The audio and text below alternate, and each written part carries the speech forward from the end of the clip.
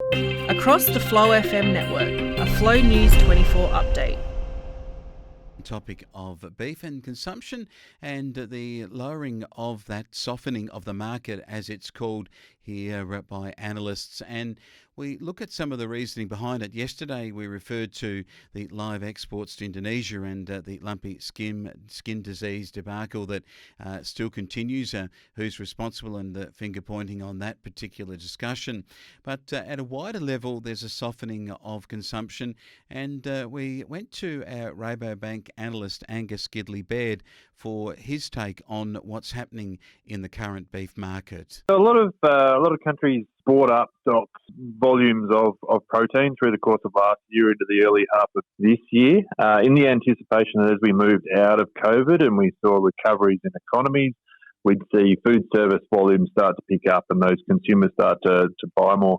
So they bought that up in anticipation that was going to happen. It didn't eventuate, so we've now got large stocks in supply chains, and you look at stocks in, say, Japan, for example, and they're at 20-year highs to this point in time at the moment. And we've got a softer consumer market as well. Obviously, the global economic impact of slower growth, higher interest costs, higher cost of living, inflation, etc., are all having a bit of an impact on that consumer spend. And as a result, we've just got some very soft demand, particularly in our Asian partners, so our Japan and South Korea and China, etc. So Angus Gidley Baird from Rabobank, an interesting topic of discussion from the senior analyst animal proteins there. The softening of the market and what that means. It means that our beef producers are not getting the prices at the sale yard. It does mean that there is a lot more that when it goes off to processing is being processed at less cost to the farmer is getting back into his account, but the processes are ramping up too.